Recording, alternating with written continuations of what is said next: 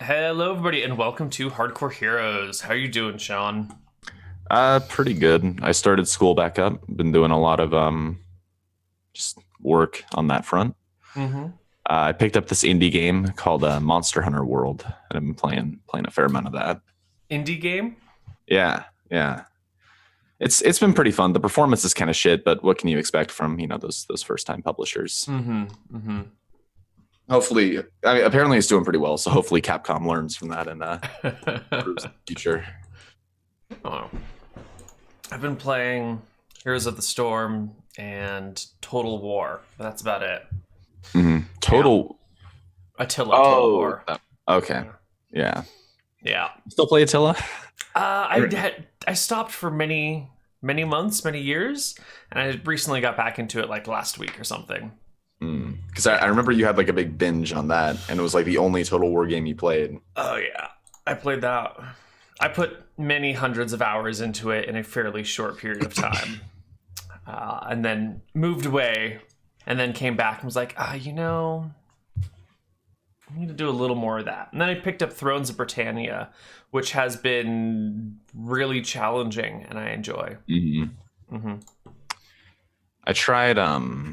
Oh god, what was the last Total War game I played? I think it was Shogun 2. Ooh, that's a good one. It's been a while. Yeah. I don't know. I guess I just kind of got over the series. I played like way back in like Rome Total War and Medieval 2 Total War, and then I just never kept up with the series. Yeah, it's a really cool game type, but it's frustrating that like every few years there's a new one, and I would kind of would rather have like maybe one Total War game that gets expanded on or gets improved instead of maybe brand like new games and brand new mechanics every year. Yeah, real expansions and not just cash in DLC. Right. Like buy Blood and Gore for $4. right? That's that was a real thing. It definitely is a real thing. It's real thing in every single Total War game. You can always buy the Blood and Gore expansion pack for or this one or that one or whatever. I remember that was a thing for Warhammer, and I was like, how can you have Warhammer without the Blood and Gore? That's not add-on content. That's the core gameplay. If there's not chunks of viscera just flying around the screen, I'm not really playing a Warhammer game. Right. Well, that is enough of that. We are going to pick up where we sort of left off with you guys. Well, with you. And I think that is in your house in Drekis. Yeah, what's that house like? Because I remember we were starting plans to build it last we were here. So we've played a little bit with it with Nick, Malachi, and all we've really discussed with them is that he like hired some dwarves to silver and lead the basement so that it couldn't be scryed upon, and was kind of like a magically warded area. And so that's pretty much all we know. Oh, also Jeeves has planted Bermuda grass, which had a hard time growing and some of the dwarves destroyed, but it's been fixed. So that's the extent of the knowledge of this building. It's somewhere outside of Bontheris, which you could see if you had joined Roll20. Let's see. Somewhere outside Bontheris, in the nearby woodlands. Yeah. So that's where we left off with that. Now, what is, in your mind, Van Helsing's plan?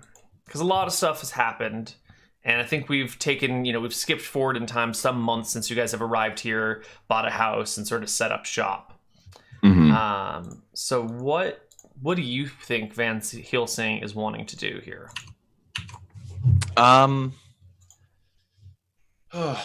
So I'm trying to remember exactly what I sent to you. I think Van is concerned because when we were in the plane of shadow, there was kind of that distant connection to cheese. And I think he's worried that the souls of the people who died in the plane of shadow might be trapped in the plane of shadow and not able to return to the big, I guess, mixing pod or whatever it is up in the sky. The moon, yeah. Big mixing pot. Yeah, the big cooking pot up in the sky. That's the official name, right? I think so. It is now, at least. Okay. And he wanted to look into investigating that. And then I sent you messages about how to deal with that because I have absolutely no idea how to do that in the context of Dungeons and Dragons. Right. I think that is what we're going to figure out right now. Let me see if I can find those old messages we have. That's what I'm looking for.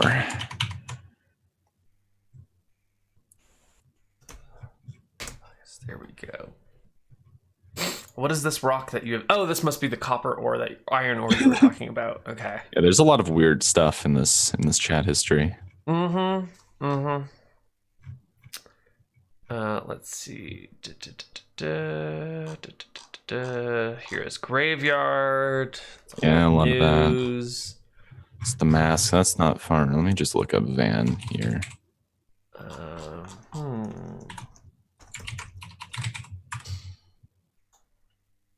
Let's see. Oh.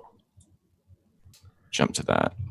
Go to December of 2017. December 14? Yeah, that's what I got. Yeah. I was going to ask about Van enlisting 2 other clerics to research a cooperative spell to channel spirits out of the plane of shadow. Okay.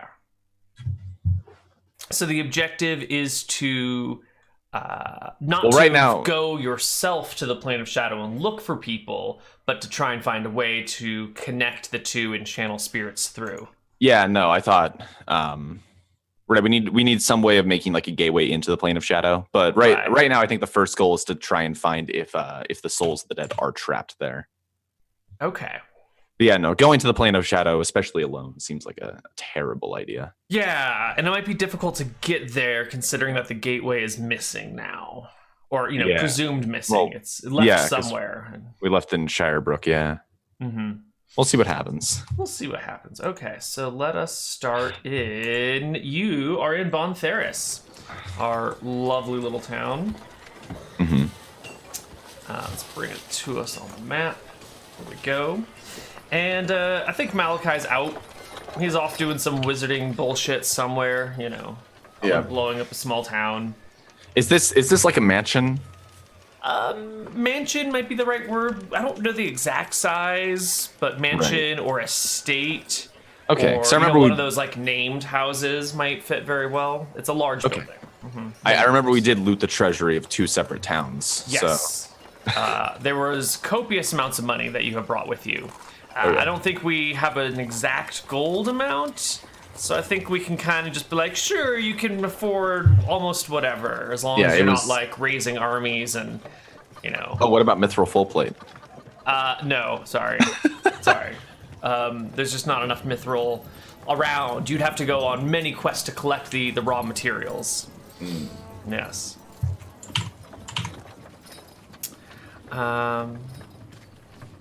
So, here you are in Bontheris. You've been kicking around for a little while, thinking about this problem in front of you. How would you like to proceed?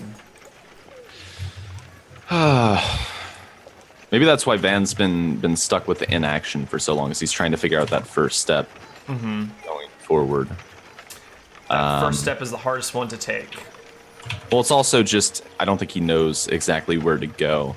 Because, like, the one dimensionalist he knew is currently a bit of stone.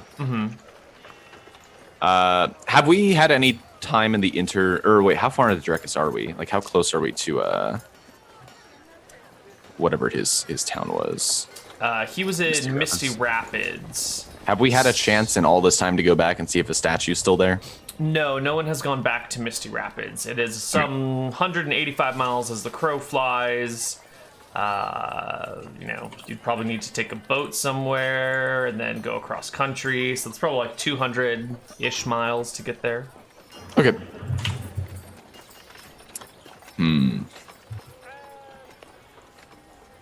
Oh, isn't that unfortunate? Okay, well, I think what Van's been doing then, like he's clearly got time and we've got a lot of money. I think he's trying to put out feelers for mages who know extra dimensional magic, which it might be a little bit more of a rare variety, but this is a pretty weird place for weird people. Wicktron Rarenta or whatever this Drekis. Okay. Because right now the big first thing is I need some sort of, not necessarily like a full on gateway, but some sort of tuning fork that I can use to like tune into the plane of shadows, like a radio, right? And I need to be able to basically like detect in there, and then I can start looking into magic to detect the spirits of the dead. Okay. All right. I think we got some stuff that can work in that realm. Let's see. There are lots of interdimensional spells. Well, I know that because one of the ones that wizards can use to teleport to other planes requires a tuning fork that's specifically like coded to the plane they want to go to. Okay. Let's see. Astral, speak with traveler, awareness. Not quite what we're looking for. Detect invisibility. Astral window. This might be what we're looking for.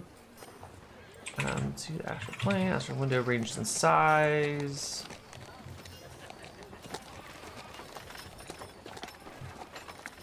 Each time perception gray. Continues for deeper rounds.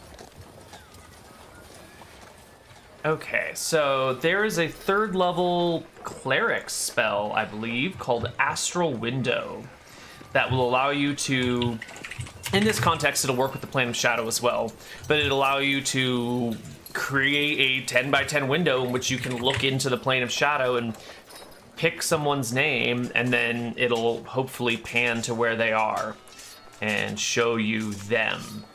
That might be a good place to start. There is. So what kind of religious setup is there here in Bond Theris? There is a main temple in town. Bond Theris isn't really the biggest town around here. It's kind of the weird East Coast town that's separated from everything else by like this big hill range and these rivers. So, there's like an overland route to Grumprun, but it's difficult and awkward, and there's monsters in the hills, so it's sort of a isolated town, more insular than most other towns in the area, in the continent. I think that's exactly why we picked it. I remember. I think we looked at those mountains or something, and we said, "Oh, that's perfect." Yeah, let's just get us a little bit away from everyone, a little bit of peace and quiet. All right. Arcadia, Drekis. Let's take a quick look at my information on it.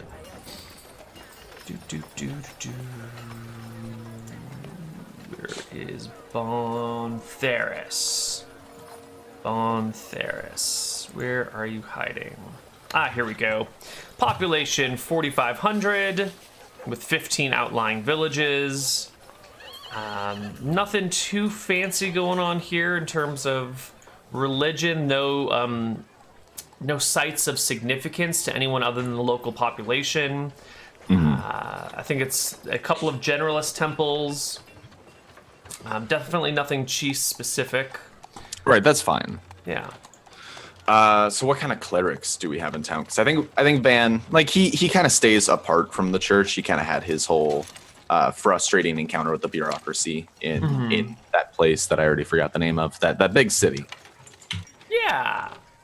So I think he goes there and he pays tithes and he keeps a relationship with it, but he doesn't live there. Right. Okay, so what kind of clerics do I have I met at this point? I am trying to look up my notes.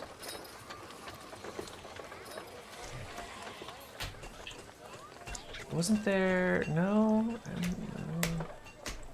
I thought that Malachi ran into a cleric, but I can't find any notes on it. Here we go. Maybe it's in this document. Where did everything go?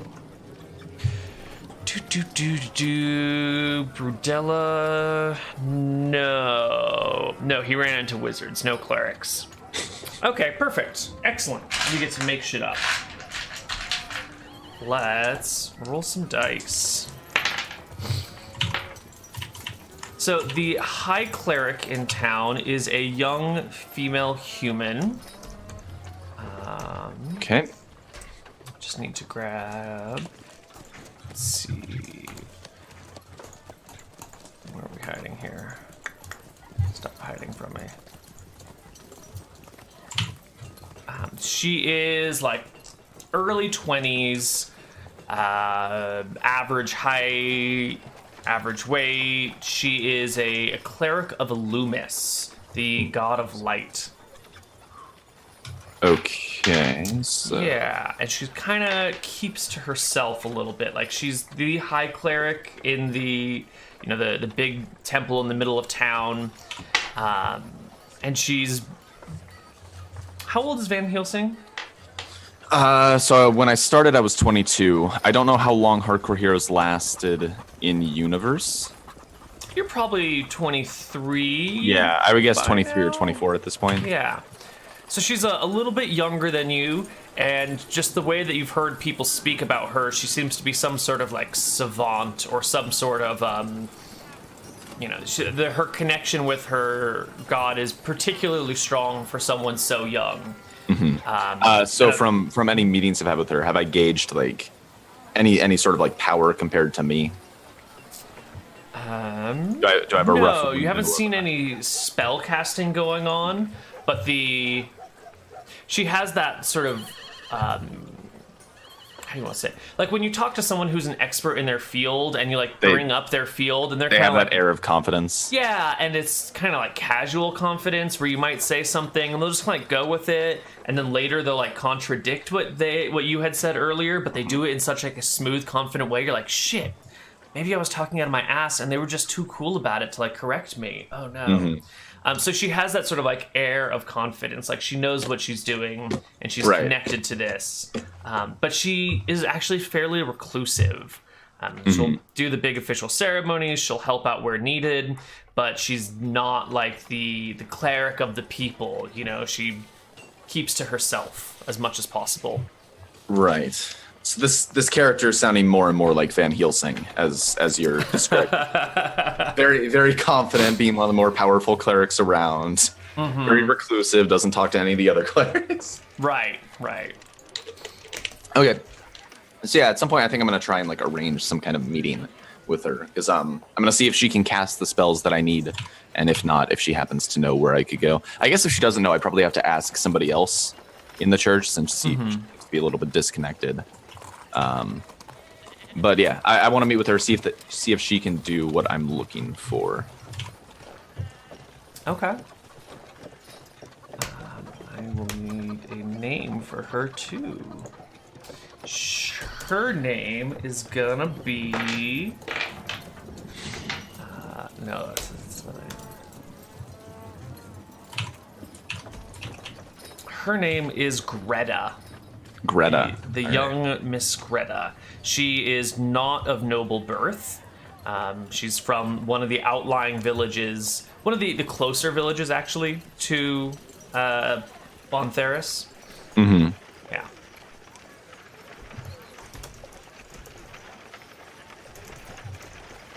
All right.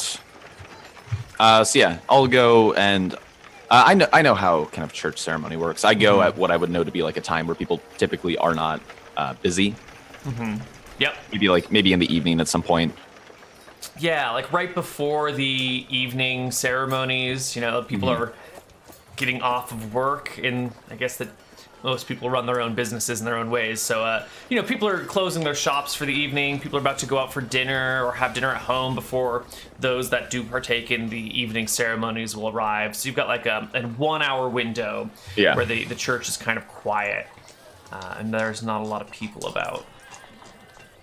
Yeah, so Van walks in. God, what do I? He's got like So Van, for those who don't remember, because I don't either. So Van is 6 feet tall. He's got. I only found that out because I remembered it. I just have a winky face when it says size. He's got long blonde hair. What? Size is a winky face? Okay. I don't understand everything I put in here. I have ha ha ha ha ha for alignment as well. So let's see here. He's a very tall person. He's probably like 6 foot, 6'1" or 2, maybe even. He's somewhat effeminate looking. And I remember one of the notes of why he always wore his armor was to try and kind of bulk himself up a little bit, maybe look a little bit more intimidating. So he walks in with like his full plate armor on. Probably very formal. I imagine full plate is as much like a ceremonial thing as it is a battle thing, because it's such a pain in the ass to wear. Right. It's very formal. Yeah. You're probably one of the few people who's allowed to cruise around the town in full plate because you're a cleric.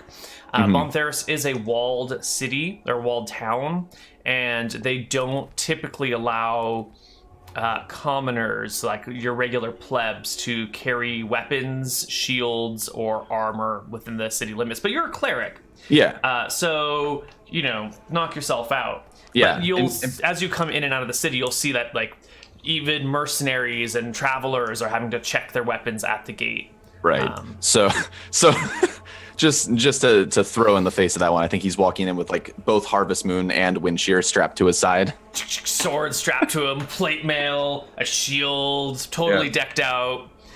Meanwhile, like the shield is probably back home. I don't think he'd. Okay. That's a little bit more of like a I bring it when I need it sort of thing.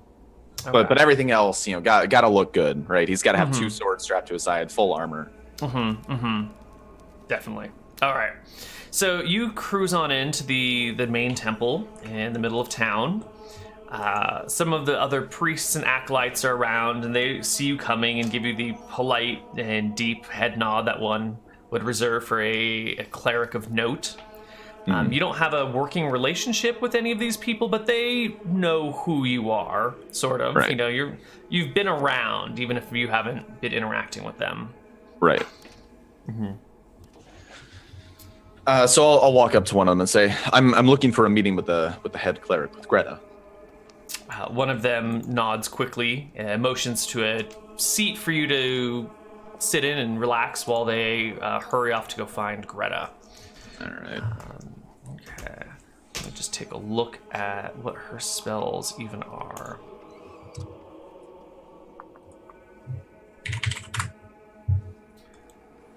Does she have... Okay, she will have Astral Window. How wonderful. Ooh, perfect. Yes. All right, a few moments later, Greta comes out. She's got short black hair, comes down to maybe the bottoms of her ears. She wears her robes of Illumis kind of tightly bunched with not just one belt, but kind of like a thick, heavy belt. And then she's added buttons to them to keep the robes bound around her quite closely. Her step is a little bit slow, not quite shuffling, but like she's not in a hurry to get where she's going. Like she's sort of kind of wanting to be somewhere else. So I give her like a respectful greeting, not necessarily like a deferential one, but a respectful one.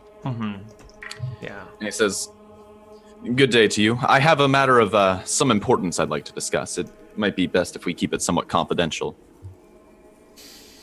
She gazes about the room and kind of shoos away one of the nearby acolytes and sits in the kind of the entryway. Do we have a map of the entryway? No, we don't. In the main entryway, right beside the shrine to Illumis and Relcor, the gods of light and dark, while all the other clerics are further in. The main doors are shut at the moment, although, when it's really quiet, you can hear someone outside sweeping the steps. And she says in a low voice, "We can speak here if we speak softly." Very well. Have you, what do you know about the creatures that have been invading Eridon? She shakes her head. Nothing. They're monsters from the Plane of Shadow, sent by Malchus. I know that might be a bit of a bold claim to make, but some few months back, I, along with many other residents of Shirebrook, was unwillfully transported to the Plane of Shadow. And it took a many-month journey for us to eventually be able to escape. But unfortunately, I was one of the few survivors. Most others succumbed during this journey. Hmm. What do you know of the other planes? Because I know very little.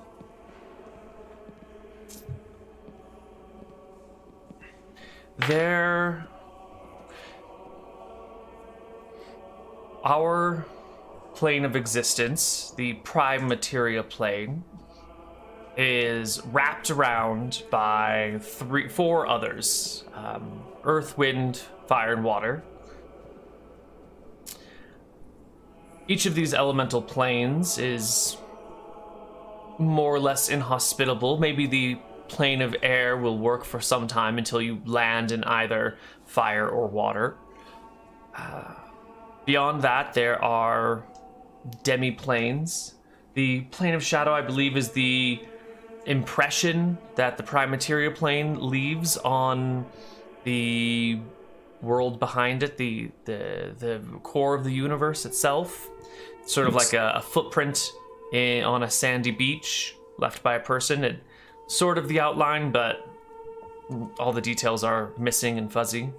That's about it. A lot of things that should have been were not. All the big details were there. All the big buildings were in place. But for example, if you lived somewhere and you knew where all the trees were, the trees would be out of place. That sounds what I imagine it would be. Additionally, there are two other lost planes. This is actually the third prime materia plane, the third attempt of the gods to create a world. The first belonged to what we know as dragons, and the second to something else, some lost creatures. Both previous attempts failed to work out in the gods' favor, and here we are in the third incarnation of the world. Clearly the dragons have found a way here and can move in and out somehow, but they are not native to our lands. I see.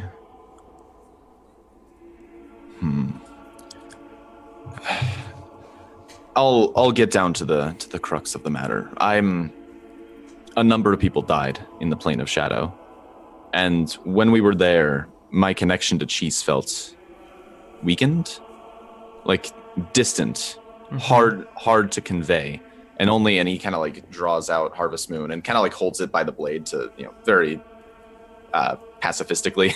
He kind of says, only when the full moon showed was I able to make proper contact with my god.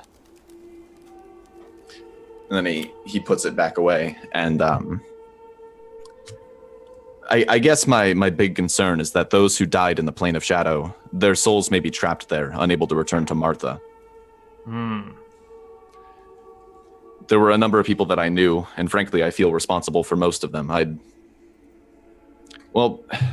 I guess I'm looking for a cleric who'd be able to make some contact with this plane for me to do a bit of investigation to begin with.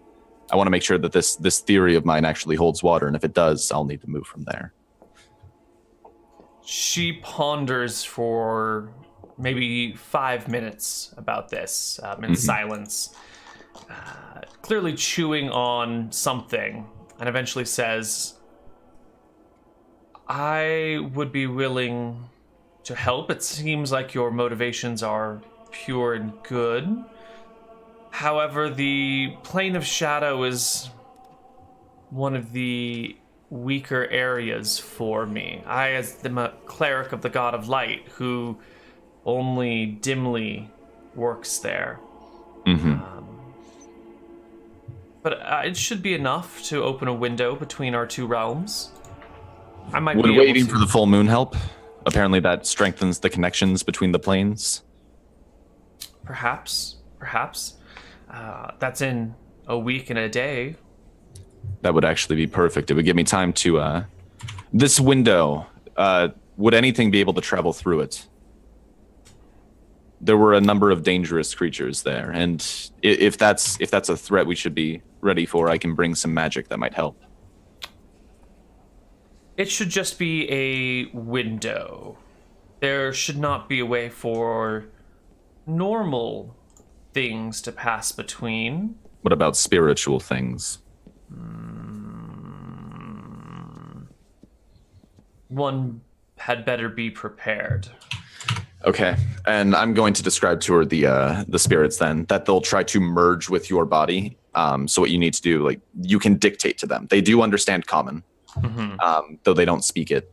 And you can cast any sort of magic you have to command them. And if she doesn't have any, I actually have plenty for that.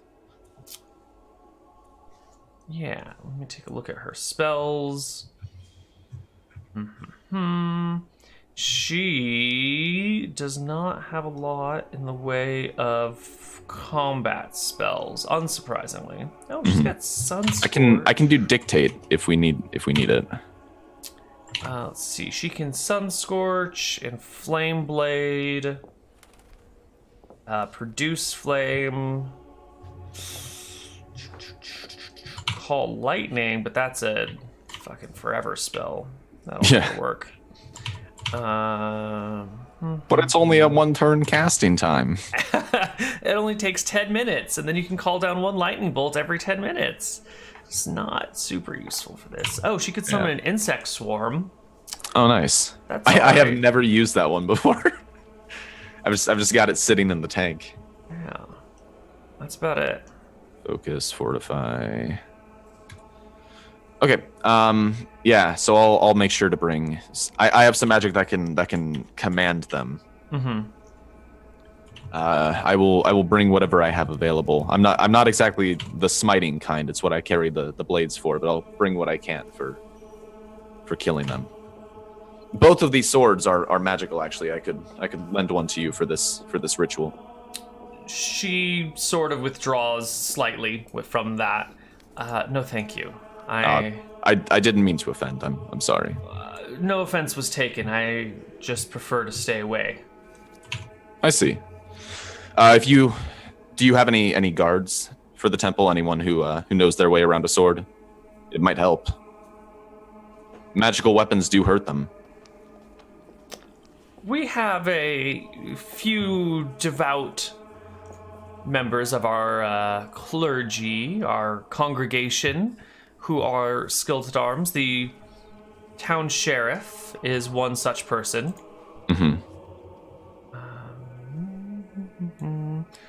We don't know who the town sheriff is. Perfect. The town sheriff would be happy to assist us, I'm sure. Would you like me to go speak with him? I understand you have a ceremony coming up soon. Well, we have a week or so before we will do this, so I will speak with her and bring her here. Why don't you prepare the things you need, and we meet back on the night of the full moon?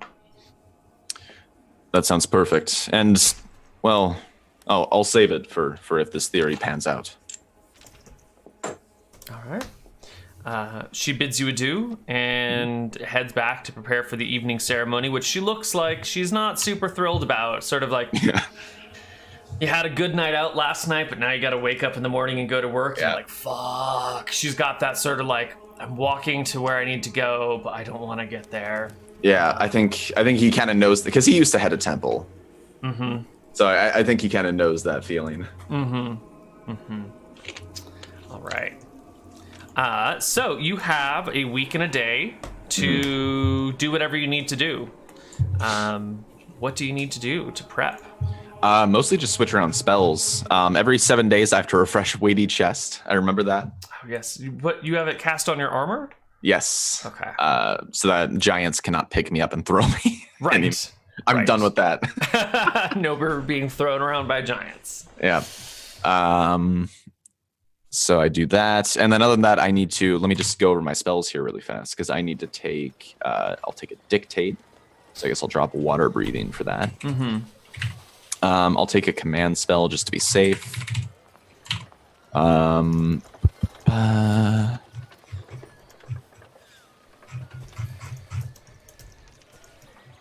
Detect evil could be good.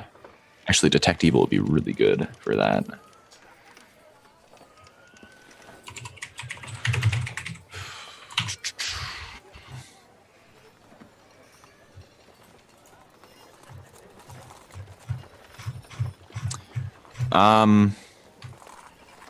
I think at some point over the next week, Van is going to go back to the temple and cast a spell for Greta as kind of a thank you. He's going to cast Unfailing Endurance on both her and him. Might help with her preparations, is what I'm thinking. Plus, I need to cast it on myself. That's another thing that I have to refresh every 8 days. Okay.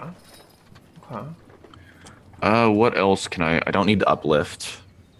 Ooh, I wonder if she has uplift.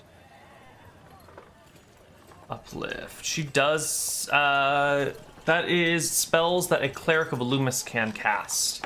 Excellent. It is a 4th level spell, though, so... Yes, that's a little bit more of a stretch, she but might possible. But you need to be 7th level to cast it?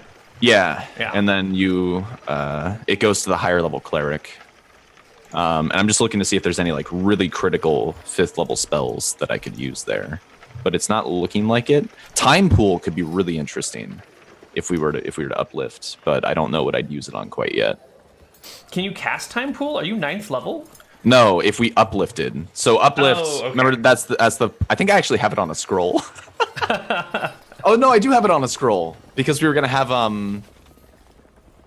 oh god, what's her name? The person I killed. Oh right, there was a complicated series of things that was going to go down, right? Yeah, I scribed it onto a scroll, confirmed it wasn't cursed, and then what was her name again? It's been like 2 years. Oh, she's the one that's trapped in the plane of shadow, right? Yeah, and she died. I mean, she's definitely dead. There's no way. Elise. Mother Elise. That's the one. Thought Wave. Ooh, Thought Wave could be useful. Oh, I'd have to cast it on Malachi first. Oh wait, no, I don't have to cast it on him. Okay. Okay, that's all just that's future stuff. Does Adamantite Mace count as a magical weapon? Oh yes, it does. Only hit by +4 better weapons. Okay. I might take that as a backup then. I don't need Solipsism. I'll take Adamantite Mace. Unless it's diamond worth 100 GP, that's chump change. Easy peasy. I don't need Wind Servant or Water Walk. I do need Tree, obviously. I always need Tree. I actually have something that I can use. Hold on. I have a spell that I can use to block us off. I'm trying to find it really fast. I have something that I can use to like make a like an ethereal seal, and it would stop any ethereal creatures from going through. But I need to remember what it's called. Okay. This is the difficult part of AD&D when you just have like a spell list of 300 spells, and That's why these higher levels are harder to run with, especially with clerics and wizards. I guess it's a little bit easier. Well, maybe not even easier with clerics, because we get more spells in our list, even if we have a smaller pool of them. Hesitation, Heat Metal, Frisky Chest, Flame Blade, Idea, No Alignment, Messenger, Mind Read, Resist. Happens to transfer. I know I have it somewhere. I'm going to find this.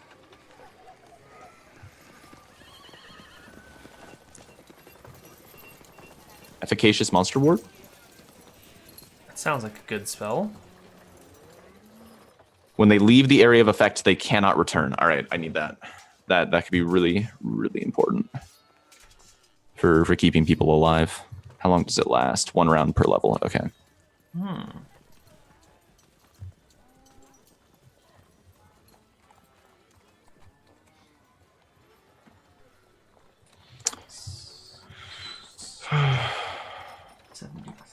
Monsters within the area of effect. Perfect. That'll work. Spike growth, Thieves Lament, telepathy, summon insects.